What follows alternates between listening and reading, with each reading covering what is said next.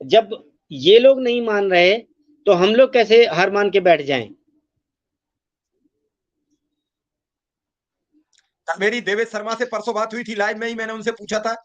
सत्यम पाठक जी हैं जो इलाहाबाद से, उनकी अलग एसोसिएशन है, वो रिव्यू में जा रहे हैं, क्योंकि वो कह रहे थे हमें तो थोड़ा ही लाभ मिला। जो लोग 23 तक इस जॉब में सम्मिलित हो चुके हैं उन्हें केवल लाभ मिला है, तो बाकी तो सब वहीं थे जहां बीएड नॉट एप्लीकेबल रहेगा प्राथमिक जी, शिक्षा के लिए। जी, बीटीसी और डीएलएड वाले इसलिए खामोश हैं कि आने वाले समय में तो बीएड नॉट एप्लीकेबल है, तो हो सकता है बीटीसी अच्छा, न जाए, हो जी, सकता है बीटीसी डीएलएड वाले न जाए, कि उनको तो स्थायी कोई नुकसान हुआ नहीं। आने वाली जी, जी, भर्ती के लिए ही वो कोर्ट गए थे जहां से बीएड वापस बाहर हुआ।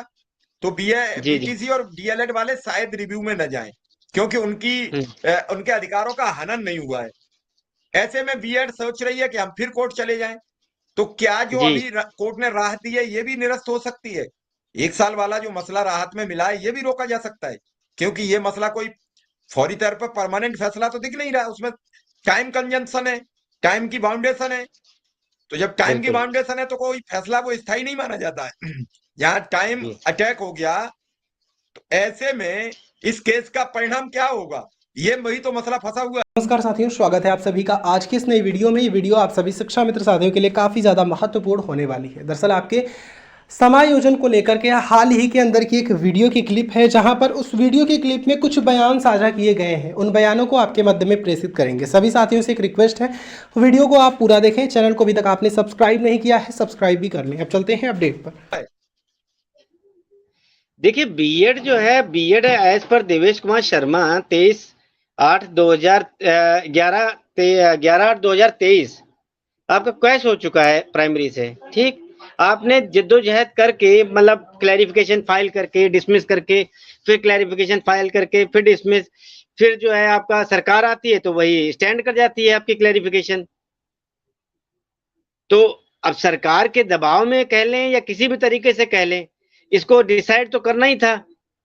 तो जितनी जल्दी जो बन पड़ा वो डिसीजन दे दिया गया, और उसके बाद में ये कोई परमानेंट नहीं है। अगर रिव्यू में होता है तो कंप्लीट रूप से सारा सुना जाएगा, और सारा सुनने के बाद में जो निर्णय कोर्ट लेगी वो एक तरफा नहीं होगा। हो सकता है उसमें हमारी बात पूरी आ जाए और बीएड को जो है कंप्लीट रूप से बाहर कर दिया जाए, क्योंकि सब्जेक्ट मैटर ये जो ऑर्डर कराया गया है, आप उसकी जो हियरिंग थी वो आपने सुनी होगी, तो उसमें जिस सीनियर लॉयर ने जो बात कही वो बात उन्होंने मान ली। सब्जेक्ट में इन सब्जेक्ट मैटर ऑफ चैलेंज कर दें, हाँ जी करें, तो उन्होंने कर दिया। किसी ने कहा नहीं करें, ब्रिज कोर्स नहीं करा तो उन्होंने ब्रिज कोर्स के लिए बोल दिया। तो इस तरीके से ऑर्डर नहीं लिखाए जाते। ऑर्डर होते हैं, अगर आपने बोल दिया जजमेंट रिजर्व्ड, तो जजमेंट रिजर्व्ड होने के बाद में जो चैम्बर में ऑर्डर लिखा जाएगा वो ऑर्डर एक पेशेंसफुली सभी चीजों को ध्यान में रखते हुए बनाया जाता है ऑर्डर।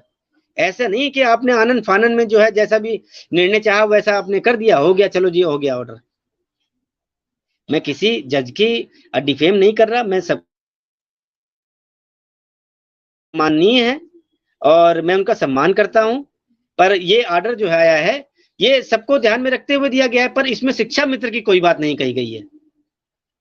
इस बात को पुनः कहूंगा कि शिक्षा मित्र के लिए इस ऑर्डर में कुछ नहीं है। बीएड को जो दिया गया है in compliance of subject matter challenge करके दिया गया है, और 129 का जो है इसमें प्रयोग किया गया है जो सुप्रीम कोर्ट के विवेकाधिकार को बताता है, और वो आज सभी हाई कोर्ट न्यायालयों के को जो है उसको मानने के लिए बाध्य किया गया है।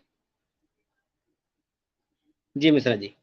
वकील साहब, बाध्य तो किया गया, लेकिन इसके बावजूद क्या अब कोई शिक्षा मित्र आपसे संपर्क में हैं जो आपसे इस केस के रिव्यू के लिए चर्चा कर रहे हैं? कुछ लोग हैं आपके संपर्क में, या फिर अभी आप उम्मीद में हैं? नहीं देखिए, सभी मेरे संपर्क में हैं। मेरे जितने भी शिक्षा मित्र हैं, मेरा कोई शिक्षा मित्र जो है मेरे से दूर नहीं गया है।